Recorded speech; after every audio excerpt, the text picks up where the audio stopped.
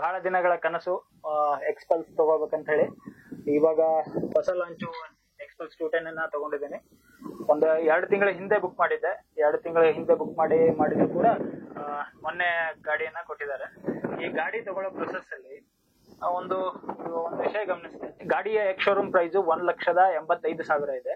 ಗಾಡಿ on road price ಬಂದ್ಬಿಟ್ಟು 2,40,000 ಆಗುತ್ತೆ. ಇದೇ ಗಾಡಿ ಭಾರತದ ಬೇರೆ ರಾಜ್ಯಗಳಲ್ಲಿ ಮ್ಯಾಕ್ಸಿಮಮ್ ಅಂದ್ರೆ 2,22,000 ಸಿಗುತ್ತೆ.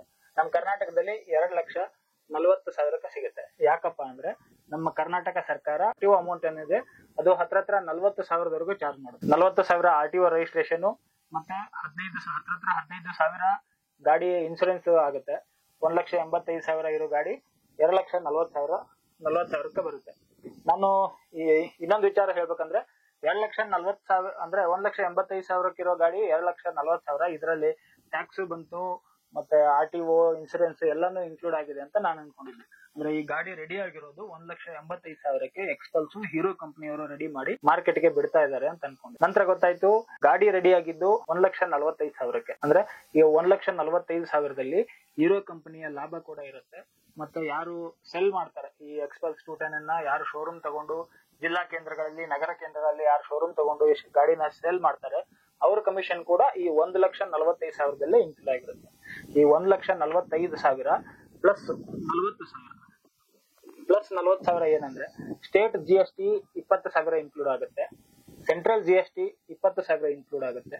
ಅಂದ್ರೆ ಒಂದು ಎಕ್ಸ್ಪಲ್ಸ್ ರೆಡಿ ಮಾಡಿ ಡೀಲರ್ ಕಮಿಷನ್ ಮತ್ತೆ ಕಂಪನಿಯ ಉಳಿತಾಯ 1,45,000 ಒಳಗಡೆ ಅವ್ರ ಲಾಭವನ್ನ ತಗೋಬೇಕು.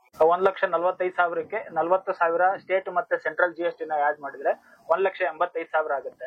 1,85,000ಕ್ಕೆ 15,000 ಇನ್ಸೂರೆನ್ಸ್ ಮತ್ತೆ 40,000 ಆರ್ಟಿಒ ಫೀಸ್, ರಿಜಿಸ್ಟ್ರೇಷನ್ ಫೀಸ್ ಏನಿದೆ 39,700 ರೂಪಾಯಿ ಏನೋ ನಂಗೆ ಚಾರ್ಜ್ ಮಾಡಿದ್ದಾರೆ. ಟೋಟಲ್ 2,40,000. ಕ್ಯಾಶ್ ಅಲ್ಲಿ ತಗೊಂಡ್ರೆ 2,40,000 ಮತ್ತೆ ನಾವು ಲೋನು EMI ಅಲ್ಲಿ ತಗೊಂಡ್ರೆ 2 ವರ್ಷಕ್ಕೆ ಹತ್ರ 30,000-40,000 ಬಡ್ಡಿ ಜಾಸ್ತಿ ಆಗುತ್ತೆ. ಇದನ್ನೆಲ್ಲ ಯಾಕೆ ಹೇಳ್ತಿದ್ದೀನಿ ಅಂದ್ರೆ ನಾವು ಮಿಡ್ಲ್ ಕ್ಲಾಸ್ ಜನಗಳು ನಾವು ಬೇರೆ ಬೇರೆ ದೇಶದ ವಿಡಿಯೋಗಳು ನೋಡ್ತೀವಿ. ಆ ತರ ಅಡ್ವೆಂಚರ್ ಬೈಕ್ ಬರಬೇಕು, ಈ ತರ ಅಡ್ವೆಂಚರ್ ಬೈಕ್ ಬರಬೇಕು, ಏನೇನೋ ಟೈಗರು ಹಾಗೆ ಹೀಗೆ ಏನೆಲ್ಲ ಇದಾವಲ್ಲ ದೊಡ್ಡ ಬೈಕ್ಗಳು, ಆ ತರದ ಟೆಕ್ನಾಲಜಿ ಅಷ್ಟು ಕ್ವಾಲಿಟಿ ಬೈಕ್ ಗಳನ್ನ ನಾವು ಪ್ರೊಡ್ಯೂಸ್ ಮಾಡಕ್ಕೆ ಏನಕ್ಕೆ ಆಗ್ತಿಲ್ಲ ಅನ್ನೋದು ಇದು ಒಂದು ಕಾರಣ ಇರಬಹುದು ಅಂತ ನನ್ನ ಅನಿಸಿಕೆ. ಹೇಗಪ್ಪ ಅಂದ್ರೆ ಇದು ಎಕ್ಸ್ಪಲ್ಸ್ 210 ಕಿಂಗ್ ಆಫ್ ಇಂಡಿಯನ್ ರೋಡ್ ಅಂತ ಹೇಳಿ ನಾವು ಯೂತ್ಸ್ ಎಲ್ಲ ಒಂದು ರೀತಿ ಹೆಸರು ಕಿಂಗ್ ಆಫ್ ಇಂಡಿಯನ್ ರೋಡ್ ಎಕ್ಸ್ಪಲ್ಸ್ 210 ಅಂತ ನಾವು ಕರಿತೀವಿ. King of Indian road 1,40,000 ready ಆಗ್ತಿದೆ ಇವತ್ತು. 1,40,000 ಡೀಲ್ ಮೊದಲೇ ನಾನು ಹೇಳಿದಾಗೆ 1,40,000 ಕಂಪನಿ ಕೂಡ ಒಂದು ಬೈಕ್ ಮೇಲೆ ಲಾಭವನ್ನ ಗಳಿಸಬೇಕಾಗುತ್ತೆ. ಮತ್ತೆ ಇದನ್ನ ಮಾರುವಂತಹ ಡೀಲರ್ಶಿಪ್ ಕೂಡ ಲಾಭವನ್ನ ಗಳಿಸಬೇಕಾಗುತ್ತೆ. ಮತ್ತೆ ಇದೇನು 5 ವರ್ಷ 7 ವರ್ಷ ಎಷ್ಟು ವಾರಂಟಿ ಇರುತ್ತೆ ಅಷ್ಟು ವಾರಂಟಿ ವರೆಗೂ ಗಾಡಿಯ ಸ್ಪೇರ್ ಪಾರ್ಟ್ಸ್ ಅಂದ್ರೆ ಇಂಜಿನ್ ಅಲ್ಲಿ ಏನಾದ್ರು ಸಮಸ್ಯೆ ಆದ್ರೆ, ಮೂಲ ಇಂಜಿನ್ ಅಲ್ಲಿ ಅಥವಾ ವೈರಿಂಗ್ ಅಲ್ಲಿ ಏನೇ ಸಮಸ್ಯೆ ಆದ್ರೆ ಕಂಪನಿಯವರೇ ಬದಲಾಯಿಸಿ ಕೊಡ್ತಾರೆ.